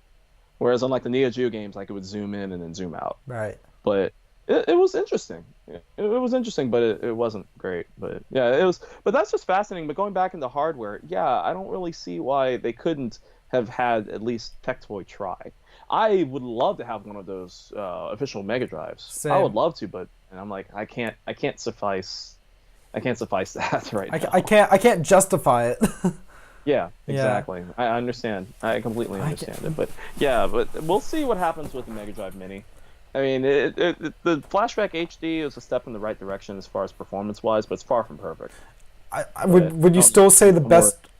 Would you still say the best way to experience it, especially if you aren't dedicated to buying a Genesis console itself, is to get either the Ultimate Genesis Collection or the upcoming PS4 collection? Absolutely, or even the Sega Genesis collection on the PS2. Oh yeah, and that PSP. Was great. I loved it on PSP. Which is compatible with the Vita, and that makes me happy. Nice. So it's like I can play it. No, you have to download it through the PS3, but hey, it still works. I have mine on UMD. Way, great. No, there you go. I have it on UMD too, but my PSP for some reason won't take a charge, even with a brand new battery. I don't know why, but it works great on the Vita. So, I guess the final bit of hardware, we've talked about the Genesis itself. We've talked about Master System. I guess power base converter, so it works. Mm-hmm. Power base FM, best way to experience that. But yep. 32X. But there is one type of Genesis game we haven't talked about yet. The Mega LD. The Pioneer LaserActive. Yes. Yeah, I'm dying to have one of those. I don't have one. I would love to have it, but man, I have never seen one in person. Like never. Yeah, I would love to get one. I guess the funny thing is that like I look on my local Facebook pages and a couple of my other friends that have shops, mm-hmm. and they get them in, and pretty much once they get in, they're gone. Like they sell them like immediately. And I was like, that's crazy because I know they're not cheap, and just to get that and then to get all the modules. But yeah, the Mega LD. I just want the Mega LD honestly for one game. I just want Outrun. Outrun? That's all I want. I just want Outrun. Yeah, because there is a Mega LD Outrun. I'm like, I just want that. I did not know that there was a Mega LD Outrun. Because I'm an Outrun. Well, I thought it was a Mega LD. Am I wrong on that? I could have sworn it was. I don't know. But, all I know is Pyramid Patrol. Oh, and Triad Stone? I think. Is that the name of it? I didn't know Outrun was on there, but I need it now. I need a Mega LD. I don't know. Maybe I'm tripping. I could have sworn there was a Mega LD Outrun. I thought there was. But yeah, I would love to have a Pioneer LaserActive. I totally would. I guess for the viewers at home, do you want to go ahead and explain what the LaserActive was to the viewers? So the Pioneer LaserActive is a Laserdisc system that played Laserdisc movies, but it also had a collection of games that you could play through modules. Because on the front of the system, there's a little slot that you could change modules out. There's a karaoke module, there was a Sega module that worked with Genesis and Sega CD as well, and then Sega made their own set of Mega LD games that were specifically for the LaserActive, and then there was the PC Engine, excuse me. There was well, actually, no, there was a TurboGrafx one too. Yep. I believe they did have one too, yeah. So it's TurboGrafx and PC Engine, and I believe that's all the modules, right? Mm-hmm. I think that's all the modules, but yeah, it's unfortunately it only has composite out, so I don't think it's RGB compatible or even moddable. So it's I would love to have it from like a collector's point. It would not be my go-to console to play games on, but and yeah, I was right. There is a Mega LD Outrun. I was checking just to make sure. I was like, yeah, there is a Mega LD Outrun. That's freaking crazy. I need it. But I need it. I need it too. I need pretty much everything Outrun I need. I love Outrun. That's one of my favorite Sega franchises. Another franchise that Sega just kind of let die. But I also know one of the reasons why is because they had the Ferrari license. So I think they just didn't want to pay for that license anymore. But I think they could still bring it back. I mean, if Namco could bring back Ridge Racer, Sega could bring back Outrun. I was like, they could do it. At the very least, I just want Outrun 2. If Outrun 2006 gets Xbox One backwards compatibility, that game's already expensive. Outrun 2006? Mm-hmm. Can't you Outrun 2006 on the original Xbox is pricey. Can't you download from Xbox Live now? Mm-mm. You took it? Nope. Took it down? They took it away. Oh. Yep. I believe because of the Ferrari license. Yeah, they took all of it down. They took Xbox Live, Outrun Live Arcade. They took that down. They took that down, and they took down Sega Rally. Damn. I inadvertently own a rare Xbox game. Cool. Oh yeah. Now on 360, I did buy Outrun Online Arcade, but I never bought Sega Rally. Mm-hmm. But I do have Sega Rally Revo, so I guess that's close enough. But yeah, Outrun 2006 on the original Xbox is pricey. Because Outrun 2 is compatible. Actually, no, they're both compatible on Xbox 360, but they're not compatible on Xbox One yet. But I never thought Burnout Revenge would get backwards compatibility update, and it just happened the other day. So, anything could happen. Anything. And how long until people just mod their Xboxes to allow them, right? I know, right? Like, didn't people mod their Wii U's to play GameCube games on them? That I'm not sure. Like via ISOs? Oh, maybe via ISOs, yes. Yeah. But to actually play the disc, no, probably not. But I'm not sure. I actually haven't really delved into the Wii U homebrew and hacking community. I haven't really delved into that. And that's a topic for another time, regardless. Right. Back. But the LaserActive was really cool. And I still would love it. Oh my gosh, if I could own... That's my actual... That and Panzer Dragoon Saga are my two holy grails I'm pretty certain I'll never actually own. Yeah, Panzer Dragoon Saga is a wonderful game, though. That is one thing. It's like, yes, you're going to spend money for it, but it's such a good game. Better than Final Fantasy VII, though? I know that was the main competitor. Oh, I'm going to get so much hate for this. In my opinion, yes. Really? Truth be told, I'm not a giant fan of Final Fantasy VII. So, I mean, I've said that before, and I'm not a big fan of it. I think the game was good. It's just the story and the characters just didn't do anything for me. Not like Final Fantasy IX or even 12. It's like I thought that the characters in the story for those I thought were a lot more fleshed out. More for me. They were a lot more fleshed out. And in 7, it didn't really do much for me. But I also understand, kind of like Tales of Symphonia. It's like I understand that those RPGs, they have a special place in a lot of people's heart because that was their gateway RPG. Final Fantasy VII was a lot of people's gateway RPG, so I get it. I definitely understand that. But to me, it's like, not really so much for me as much. But Panzer Dragoon Saga, though, because the thing about Panzer Dragoon is just the aesthetics and the battles. The battles are so much fun. That's the one thing I actually love getting. So good, so good. But it's hard to try it. You can't even really emulate it. That's the truth. Saturn. Yeah, but I know that there was a rumor that was flying around. I don't know what the development is of this. That the whole Sega Ages games coming to the Switch later. Mm-hmm. That they might be trying to work on getting Saturn and Dreamcast games on there. And I'm like, ooh. It's like I might have to buy my own Switch at that point. Because right now I'm sharing one with my wife because it's really hers. Because she got it. She earned it. But me, I'm like, I haven't really had enough to really suffice buying my own Switch yet. But if Sega keeps doing that and pumping those out, then I'll buy my own. Especially if this upcoming Genesis collection comes out. Because we know that there's not going to be a virtual console now. Right. And like Well, as remember the Sega Classics collection is not for Switch yet. Not yet. Not yet. no, true, but they are doing their own Sega Ages line. And that alone, it's Thunder Force is coming out into Switch, and that alone is worth picking up. Yep.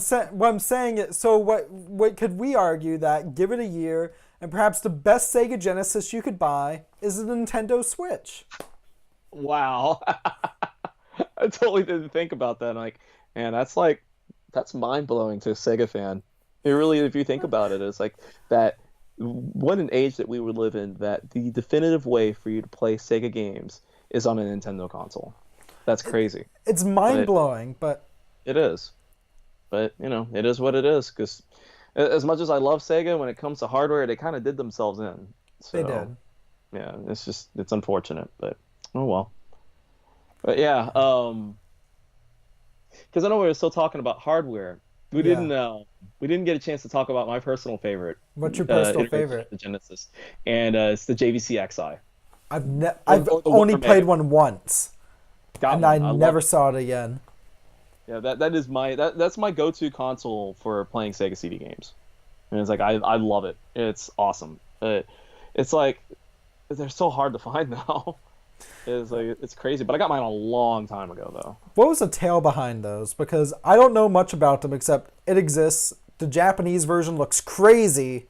Yeah. And I once got to try one when they first. Do you know what a Game Over is over in 1960? Oh yeah. Yeah, when they first opened up, they had an XI in there, and they let me play around on it. So nice. I didn't have enough to buy it, but right. Yeah, they're not cheap now. But yeah, the JVC XI is strange because it's officially licensed by Sega, but it had karaoke capabilities. It had a slot that. What's cool about it is that even though it's not region free, the slot is wide enough that you actually can play Mega Drive games. So if there's a Mega Drive game that like the Japanese ones, the ones that have the funky fits, these. Yeah. If it's a Mega Drive game, it will fit and it will play as long as the cart is not region locked. So like that's pretty cool. But as far as that goes, because I know the Japanese one, they did make one change. They took out the S-Video port, which I don't know why they did that. But other than that, it's awesome. It really is awesome. I thought it was way better than the CDX, to be honest. Really? The CDX is great, though. I love the small form factor. It's cool, but man, they're fragile.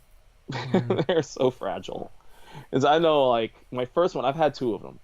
Because I had one as a kid, and I broke it. Because I stupidly used it as a portable CD player. Right. So so I broke it, and the second one I got, and it's good, but to me it's like it's hard to kind of justify the price on it, But it's nice. It is pretty nice. Those like what, $150 nowadays? Something like that. I haven't checked the price on it in a while, but I think it's something around 150. U.S. U.S. Yeah. U.S. dollars. I think that's about right. Yeah. And I'd say about the same for the XI as well. What is that about right? I think so. Yeah. I think so. I think it's kind of held off around there. And I think that's it, right? Am I missing any other hardware iterations? I think that's it. I think that's it. I mean, all right, let's see. We talked about Model 1, Model 2. We address obviously Mega Drive and everywhere that's not North America. Genesis 3, Nomad, XI, CDX, even the tangent on the Game Gear and Master System, which I guess adapters, 32X, Sega CD. God, there's a lot of Genesis stuff. AtGames. It's like I think we've covered most of it, if not all of it. I'm trying to think. We even talked about Tech Toy. I feel like we missed something. Like, are you feeling that as well? I am, but I know. I mean, there's the Mega Jet. But that's not really a... Well, I guess it is more of a console per se, because it did have a slot. So I guess so. The one that was airplane ready. I know the one I forgot, and it's the canceled one. The Neptune. Right. The Neptune. Yeah. Do you think that could have saved Sega at all? No.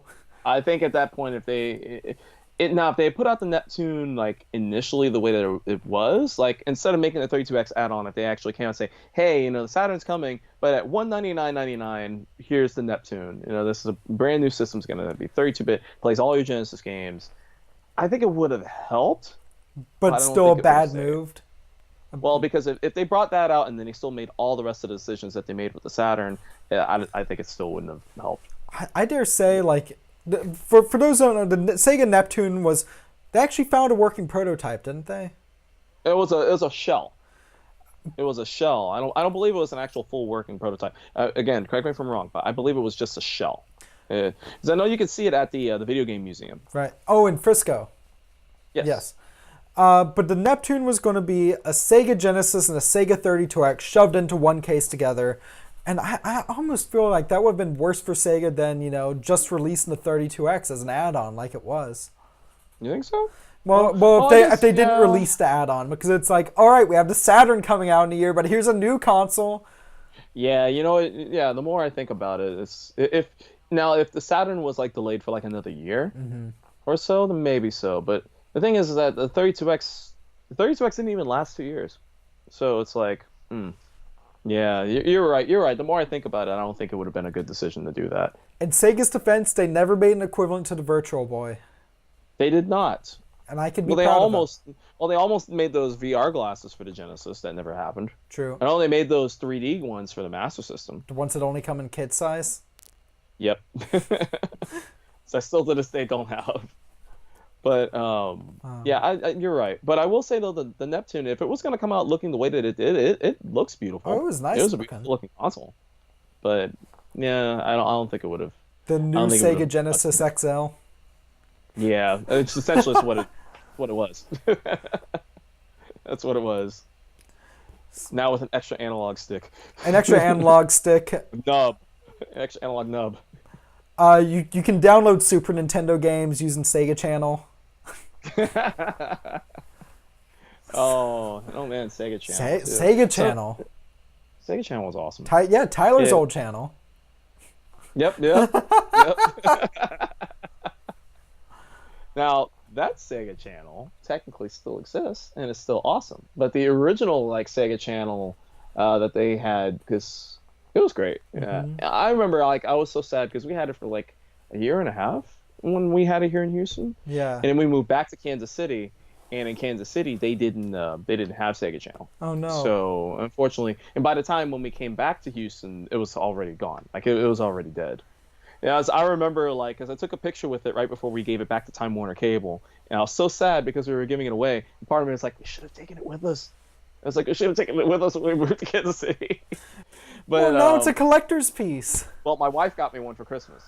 Okay, so, that's pretty sweet. It's awesome. So when I saw it, it's like, you look at the box, stop watching TV and play. And there's a Scientific Atlanta one. And it's like, man, that's almost like it never came out of the box. But I remember bringing back, that's how I got into RPGs. Yeah? I couldn't afford Phantasy Star 4, at the time, because it was a $100 game, too. And so that's how I got into that. Got into so many games because of Sega Channel. That's how I got into Mega Man: The Wily Wars. Such a great game. I love it. But, so for me and others who, either, were too young to experience or too poor, I was in the former of those, I should mention. 98 birthday, shockingly enough, to Beard Lies. But what was the Sega Channel experience? So the Sega Channel experience was you had a collection of between 40 to 50 games that you could play on demand. So it's you pay a fee. I think it was it $14.99 or was it $19.99? For the life of me, I can't remember if it was either $14.99 or $19.99 that you paid a month with your cable company. They gave you an adapter that plugged into your Genesis slot and had a cable jack that you run into your cable wall. And then the game basically loads onto the cartridge, and when you turn it off, it's gone. So, and they changed the games every month. But then there was also a section that was either trial games that were not released. You only got to play maybe the first 1 or 2 levels on, or you had a 5 or 10 minute time limit. And many of those games that you actually had in that corner were games that were not released in the U.S., like Mega Man: The Wily Wars, Nightmare Circus, Hurricanes, Body Count, games like that never came out in the U.S., and all of which fetch a high amount now, except for maybe Hurricanes. But all the rest of those fetch a pretty high amount if you want a physical copy now. But one of the cool things about it, too, is that for RPG games, that you could play them, and then a big screen will pop up saying, hey, this game contains save features. How it works is that you have to boot the game and load your save at least once every 24 hours. Otherwise, the save is gone. What? And that was cool because it was like, okay, it was better than renting because it's like, True. hey, you rent a game and say, hey, if you bring it back and then you go and check it out at a later date and somebody has erased over your save, it's gone. But as long as you log in, even if you don't play, as long as you log in and then you resave, it's recaptured. So I thought that was pretty cool. Again, something, this being Sega, that's kind of what they did. It's something that was way ahead of its time. It was really cool. And loading time was long, but again, that's dealing with the kind of connection that we had back in those days. For sure. But it was awesome. The Pokemon fan in me wants to ask, did you play Pulse Man? I did play Pulse Man. Man, I would love. Why is that game not on the Sega Classics collection? That's another one that I'm like, I immediately Pulse Man. Because Game Freak owns it. Game Freak owns Pulse Man? Like it owns the name and the franchise and I'm not sure if they owned the name, but I know, like, if they developed it, didn't they? Right. They developed it. So I'm guessing they own it, don't they? Maybe, I don't know. That's worth researching. It's like, I don't know if it owns the IP, if they own the IP or not. All I know is that game's expensive now. If you want to try to get a copy, I hope everybody bought it on the Virtual Console. Do what I did. Order a completely legitimate cartridge from AliExpress. I do have a reproduction card, like a translated repro. I have one, and so if I want to play it, cool. But it's one of those that I'm like, I would like to have a kind of like Troubleshooter Vintage, like or Battlemania, whatever. I would love to get a legit copy of that. I have a repro, but it's like someday, But those, especially Troubleshooter too. I think that game is creeping up on like $800 now. It's insane how much that game's going for now. It's getting there. It's like trying to buy a legit Wily Wars. Do you own a legit Wily Wars? You own a legit. Now that's the PAL version. So I'm guessing you have a PAL Mega Drive to play it on, or? I don't. No, but if you have a Game Genie, you can bypass it. Oh, okay. So, and of course, if you have a Retro Freak or a Retron 5, it'll play fine too. But here's the funny thing about Mega Man: The Wily Wars, which by the way, it's signed by Inafune. Oh, cool. I'm still mad at him for Mighty Number 9. I'm not. Mighty Number 9 was fine. It was such a bad game. It was fine. It's such a train. But that's a podcast for another time. Exactly. But what's interesting about Wily Wars is that because I have it and I have a reproduction card, because that one doesn't get played. I have a reproduction card, but the reproduction card, when I play it in my Retro Freak or my Retron 5, it plays fine. But if I pop that one in, it plays at the PAL speed. And I can't change it. Like, how you can change it to be PAL or NTSC? Mm-hmm. Like, it'll bypass the region locking, but then it'll play at a slow speed. Like, that's weird. But the reproduction one plays fine. It might be worth checking out, and I think it might be time to wrap up anyways. We've been going for nearly 2 hours. Oh, have we? Hour and a half. Time flies, right? Like, I've been having a blast. Oh, yeah, me too, man. But tomorrow in Victoria, there's a local store at Epic Games, and they take part in something that a bunch of stores in North America do called Free Video Game Day. Oh, yes. And they're giving away over $4,000 worth of video games tomorrow. Jeez. That's insane. I know, I have to look and see if anywhere locally here in Houston is doing Free Video Game Day. I know a store in Beaumont called Respawn. I know they're doing it. But I don't know of anywhere in Houston. That's a good question. Maybe I should ask my guys at Game Bros. I'm going out there tomorrow anyway. For sure. So, I'm not sure if everyone does it the same way. The way they're doing is they literally have a bunch of bags, and each one has a system label on them. Mm-hmm. And then you'll get one game for whatever system's on the label, and then some of them also have like lanyards or pins, or one of them at random is going to have a $50 gift card in it, Ooh, grab bags. Yeah, grab bags, but it's like there's some interesting stuff. Like I saw, for example, one of the NES ones is going to have a Zelda gold card in it. Nice. Where it's like, okay, just giving that away, okay. See, and that's really cool. I mean, the whole Free Video Game Day thing is really cool because taking a step from Free Comic Book Day. Yeah. And it's like I think that's really awesome. Same, but since I'm going there, one thing they've had for a while, and it's like, okay, if it's still there, I should buy it. They have I forget if it's a Japanese or European Mega Drive, but it has a switch on the back to switch between PAL and NTSC. It's been modded. Ooh, nice. So if I got that and we tried the Wily Wars cartridge on that, do you think potentially it could run that at the proper speed? I believe so. But remember, if you switch it over to like if you're playing on a legit console, if you switch it over, it still has region locking. So you need to put in the Game Genie with the code For for sure. that to work. But because the reproduction cart bypasses all that, but the legit one has region locking. But I wonder. That's a good question. That is a good There's question. there's so many things we could try. Like I have a PAL TV over there that I could try with stuff as well. Which Yeah. I wish I had a PAL TV. Because if there's one thing, I know there's a lot of PAL imports on PS1 and on PS2 that I would absolutely, and Saturn, like KO2, because we never got KO2 in the US. yeah, But I would love to have and try those, but I know that because of the frequency difference, I can't play it on a normal TV. I feel But at least over here, it's sad, But I can you know, say this though, as a North American YouTuber, there is nothing more of a pain to capture footage for than footage from an old PAL system. Because like when I capture, like when I reviewed that homebrew version of Sonic for Amiga, hmm I had to capture that PAL 50 hertz through my North American capture card. And then because of that, I got the game to display perfectly, but there was like a good second of input lag. Oh, lovely. And and it was even worse since I was outputting back to the TV as well, right? Right. Yeah. Yeah, yeah. See, that's the funny thing because I know that when I try to capture from older consoles that have component or composite input, or try to capture from those, I have to go to the TV in the living room to do that because at the TV in my game room, for some reason, like I'll just get a black screen. Like I'll notice on the laptop, it's fine, but I'll get a black screen on the TV. It's weird. I guess the resolution change it just doesn't like. But I would love to have a PAL monitor in some way, shape, or form so I could play those games. For sure. I need KO2 in my life somehow. I guess I'll just have to get the Japanese one. For But sure. it's like somehow, some way, I want that game in my life. I could have actually. I think he still has it. I'd say I could Who have bought it has from it? Tyler. Ooh. Tyler, iRetro Gamer. I could have bought it from him. I wonder if he But still he's in has it. Albuquerque now. Okay. He'll ship it, and we'll see each other at Retropalooza Houston anyway. I need to So get down there. I'm not sure if I can, but I'm going to try. if you do, please let me know, man. You should. You should. I'll try. Yeah. Actually, before we end off, one more thing I'm going to say in my Tales of Recording Amiga. I tried to capture some footage off the screen.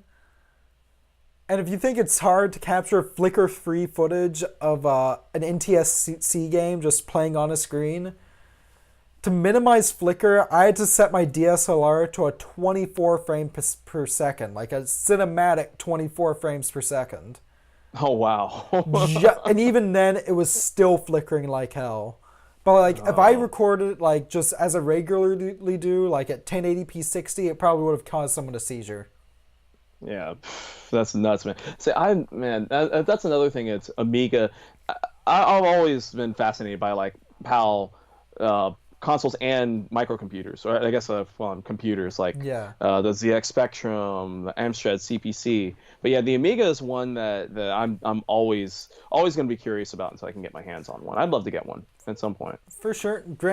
Granted, the Amiga did come out stateside. Only issues like compatibility. Same thing with the Genesis. I'll be honest, the Amiga is my favorite 16-bit system, and I say this as a Sega fanboy. But Nice. if only because like I have a box of floppy disks. I have no idea what's on half of those still. I got like 600 disks when I got the thing just in a box. I'm still going through them. It's an adventure every time I boot it up. Awesome. So, ending off the Genesis, I've already said what my top 3 favorite games are. And with those, I think I'm going to say Dynamite Headdy and Phantasy Star 4 throughout my top 5. But what are your top 5 Okay. Genesis games? Oh, okay. So top 3: Streets of Rage 2, Sonic 3, and Knuckles, and Thunder Force 4. I'd probably say right after that. Oh, that's hard. I guess I'd probably say because I want to put either Phantasy Star 4 or Shining Force 2 in the next spot. I'm like, but it's like it depends on the mood I'm in. I think sure. at the end of the day, I'm gonna say Shining Force 2. That's fair. It's just because I have more fonder memories of those two. As far as like enjoyment, I love the Shining. And then again, I really love strategy RPGs. That's why I love Disgaea, like in this current day and age. It's like I love games like that. For sure. So I guess that's probably my number 4. And then I think I'd probably say Gunstar Heroes would be my number 5. Good choice. If I had to pick 5. Well, either that or Contra Hardcore. That's tough too. What about Bloodlines? We've only vaguely mentioned Castle. We could talk about the Genesis for hours. Right. Like, we didn't even get into third-party stuff. I mean, like, potential another tough. episode. Yeah. Oh no, I'm down for that. And I'm totally down. I guess to properly end this, why is the Genesis better than the SNES? I'll likely agree. I think just the variety of games on the Genesis is just, I mean, and that's a tough pill to swallow too, because as far as a variety of different types of games, we talked earlier about how the Genesis is lacking in RPGs. Yeah. The Super Nintendo is RPG powerhouse. Yes, but has very few shmups. The Genesis has a lot of shmups. Genesis has a lot of sports games.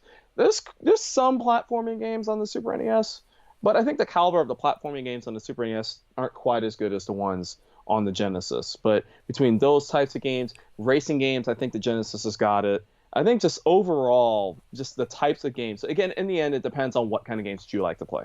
For the kind of games that I like to play, it's going to be Genesis all day long. I agree. I mean, but in the end, I still say the Genesis is better. It's so much. Don't get me wrong, I agree with the RPGs, but I agree. So with that, we've been going on for quite a while now. Mr. G from G to Next Level joined me tonight. Where can everyone find you, dude?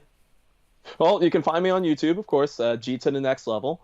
I do mostly Sega stuff, but I'm branching off into different types of territories there. So look for top 10s, retrospectives, candid reviews, interviews as well. But yeah, you can find me on YouTube there. Pretty much in all types of social media, Twitter, Facebook, Instagram. You can find me there at G to the Next Level as well. Very nice. And of course, I'm your host for tonight, James from Stuff We Play, hosting here at the Stuff We Say podcast. Find us whenever we don't have a set schedule anymore, but we are bringing you a wide variety of gaming content, ranging from game development to game collecting to, who knows, the few endless possibilities, right? Yep, absolutely. So with that, thank you for joining me, dude. Hey, you're welcome. Thanks for having me on. And thank you everyone very much for watching, listening. Stay classy, and we will see you next time.